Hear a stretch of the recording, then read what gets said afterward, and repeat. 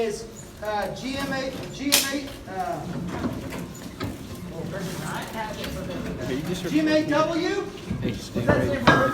GMAW stands for gas metal arc welding. GMAW stands for gas metal arc welding. Gas metal arc welding is the same as MIG. MIG, MIG. MIG stands for metal inert gas. Inert gas is a non-reactive gas that will not react to heat, oxygen, or other elements. The inert gas that we're talking about is labeled right here on the cylinder. It says right here 75% argon, 25% CO2. The inert gas is actually one of the noble gases. So there are 8 noble gases, and so what we're using on these is argon. Argon is what we use for covering gas. Argon is expensive, and so what we're going to do is we're going to add carbon dioxide and still get a very effective weld result, even if we mix it with 25% carbon dioxide. If we want a perfect weld, if we're going to use spray arc, we're going to use 100% argon. Or if we're doing TIG, we're going to use 100% argon. But with MIG welding, short arc MIG welding, we're going to use 75% argon. The rest of it is CO2. So this is the covering gas. Right here in the cylinder, this is what we're going to use for your flux. You're going to keep your gas flow at around 25% or 25 psi. So write that down, 25 psi on the gas flow. A lot of students say like, oh, I'm going to get a really good weld. I'm going to crank this up to 40 psi. Well, the only thing you get with 40 psi is a faster flow rate, which costs you more money. You get the same result with 25 psi flow rate. Okay, so a little bit about the covering gas right there. Again, your inert gas is argon. Okay, when you turn the MIG welder on,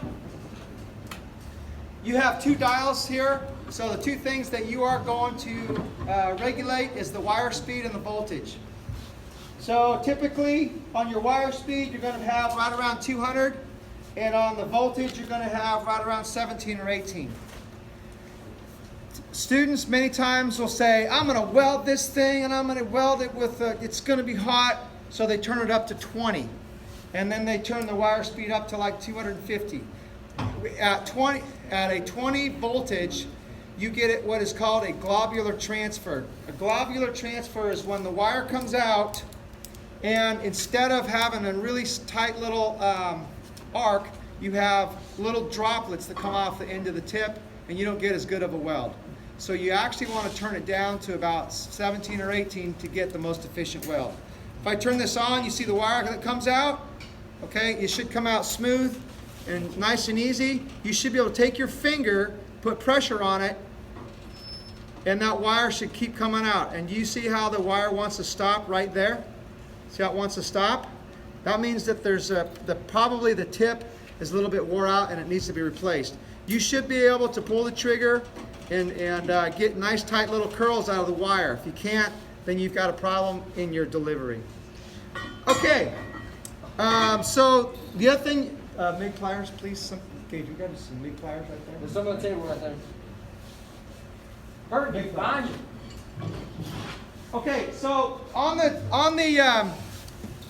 the knowledge test, there's a few things that are going to be on there. So you got to know GMAW, gas metal arc welding. Another one is Flux Core arc welding, FCAW. Flux Core is when you're welding without a covering gas. If you take a look at this wire, Jackson, grab that welder without the tank. Bring it over here. If you take a look at this, the wire on these MIG welders, this is solid wire. And if you bend it over and you take a close look at it, all it is solid wire. It's the same thing as mild steel. So if you took a cross section of this wire, it's going to be solid. So we use solid core wire on regular MIG, and the wire, by the way, the wire size is 0.035 in diameter. So it's 35 thousandths of an inch in diameter. If we take a look at a flux core, What is it? 1.5? we Jackson, you just plug this in. Just tell them Plug that in, please. Unplug this one and plug it in. Okay, this one is flux core. Flux core does not require a cylinder.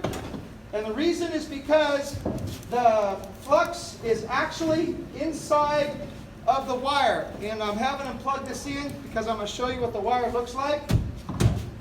So the wire here is a different color. It breaks off.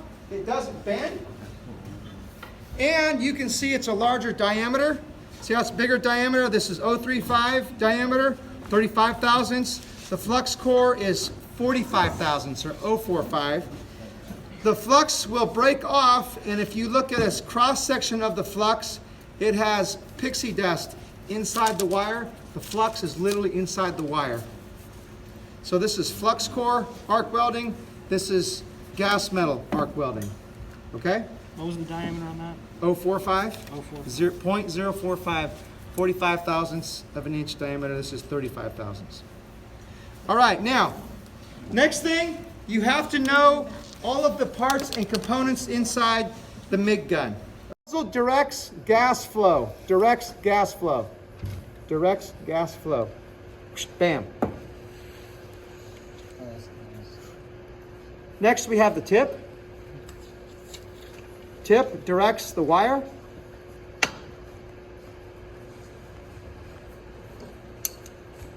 Next, we have this little guy. Notice the holes, has these little holes.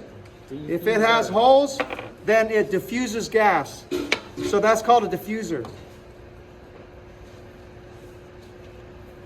Next thing we have is this little spring guy right here. You take this off. Lead wire, maybe? What? Lead wire. Oh, I'm sorry. Tip directs the wire. The diffuser distributes the gas. The next thing we have is this guy right here. This is called the liner. The liner delivers the wire. Delivers wire.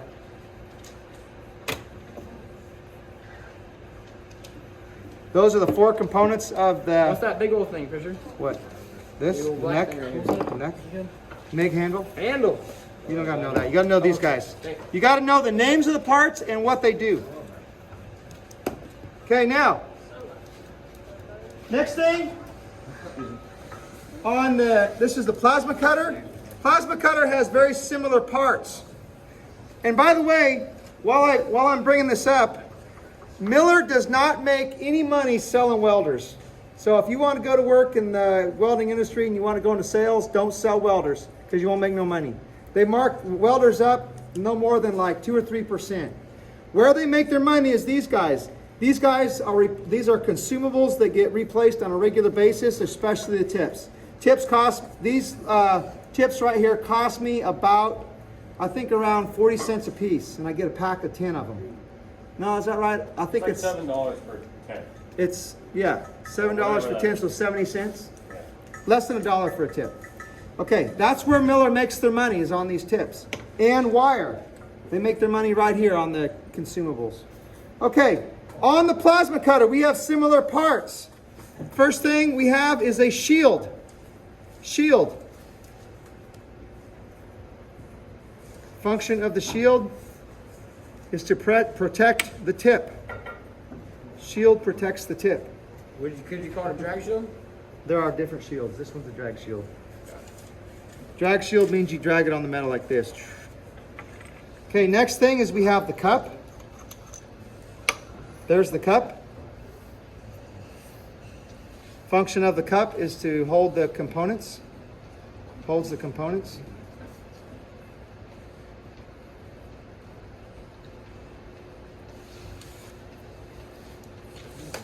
Next thing we have is the tip. Right there's the tip. The tip is going to direct the arc. The tip directs the arc. There is an arc when you do plasma cutting, and the tip is in charge of the arc. Next thing we have is the electrode. Yes, there is an electrode with a plasma cutter. An electrode will conduct electricity. So the purpose of the electrode is to initiate the arc. You guys getting this? You can video it. Write everything down. Next thing the last thing we have, again, is full of holes.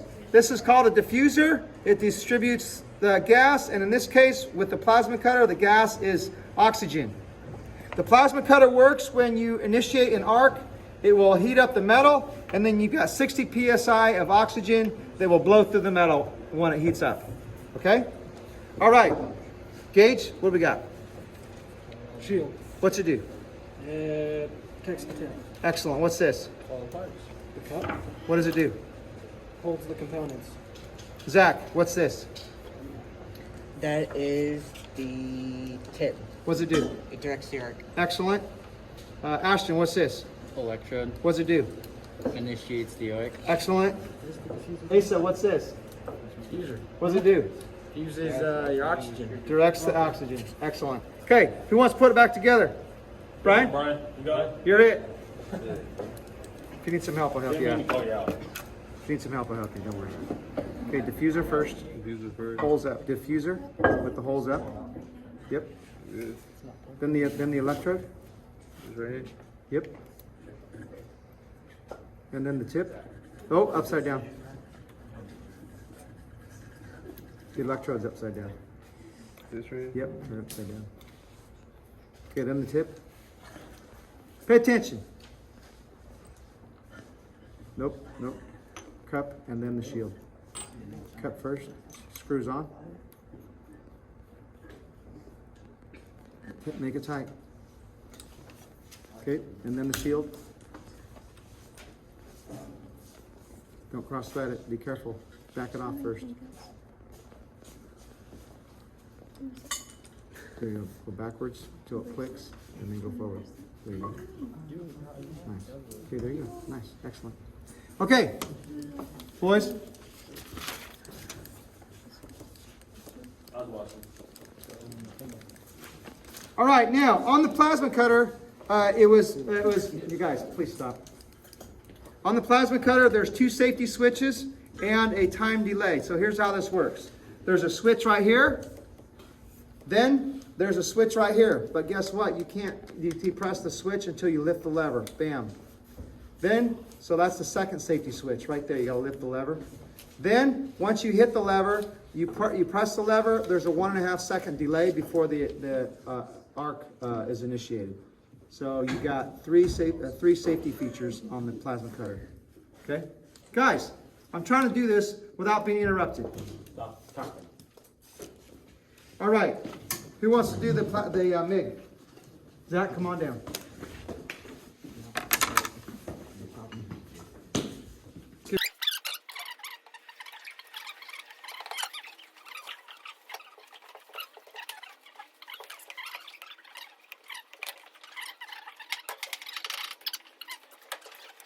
Last thing before we're done here, I would like to show you guys on these nozzles. Guys, pay attention, please.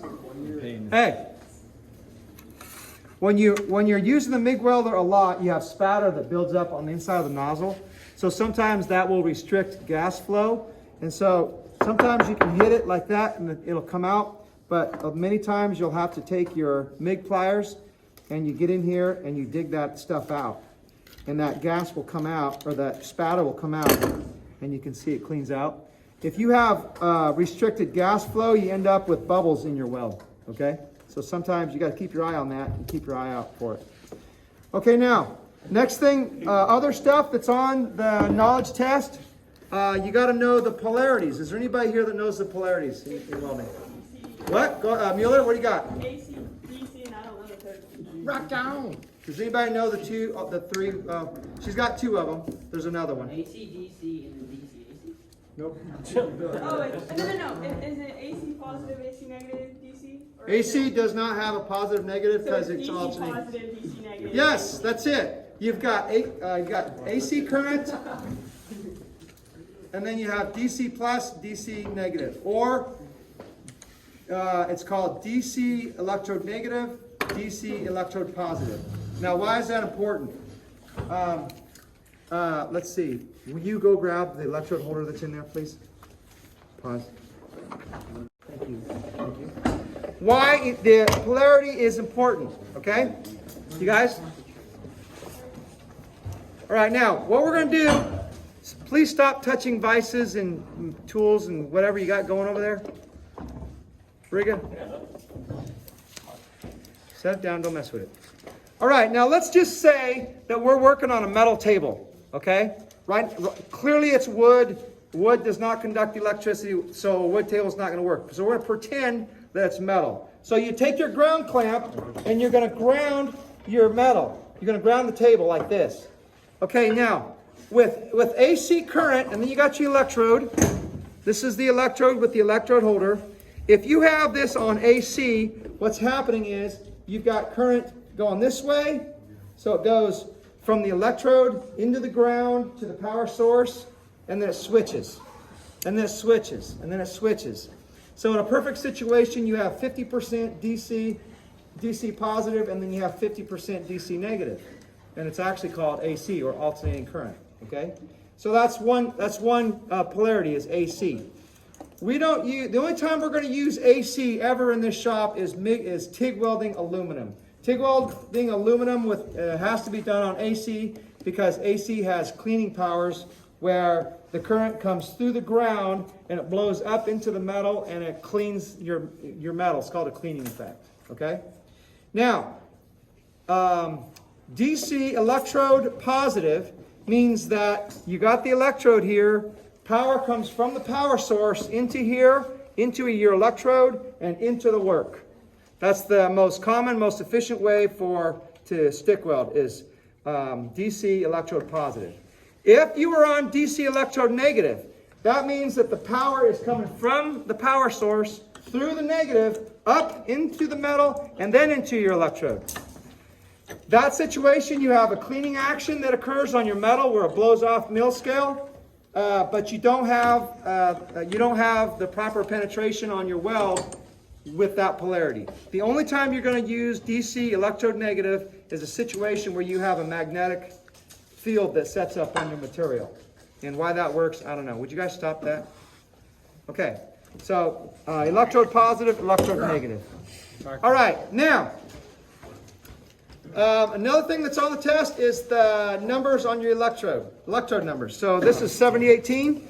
Does anybody want to tell us what the electrode numbers are? Weld position is the very last one. Wrong. Second to last one. Yes, the third number on 7018 is your, is what? Weld position. Electrode position, yeah, third number. So a 1, what does a 1 mean? Welds all positions. All positions. If there is in the third hole is a 1, that means that this welding rod will weld in all positions. If it's a 2, that means that this welding rod will only weld in the flat position. Or something like that. I'd have to check with AWS. Okay, what is the last number? Nobody knows. Flux and polarity. It's a combination. So they look at the flux type, and then they look at the polarity that you're going to use with that flux, and that's what it tells you. And you have to refer to AWS to get details on what it means. First two numbers. What? AWS. AWS, American Weld Society. Nice. Sorry. Didn't he say The first two numbers is tensile strength. So what's going to be a stronger weld, 7018 or 6011? 7018. 7018, it's got a 70,000 psi tensile strength as opposed to 6011, which is 60,000 psi. So the first two numbers on 7018 is 70. So the tensile strength is 70 in it's in thousands, so it's 70,000 psi. Okay? All right. So why wouldn't we just weld everything with 7018? Because it don't like this work right. If 7018 has a really high tensile strength, why wouldn't we just weld everything with 7018? It don't like the rust. It does not like rust.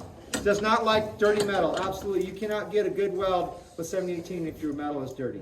Absolutely correct. So then why don't we just weld everything with 6011? It'll weld right through the rust. Ain't strong. Ain't strong. Ain't as strong as 7018. What we're gonna do now? Thank you, Asa.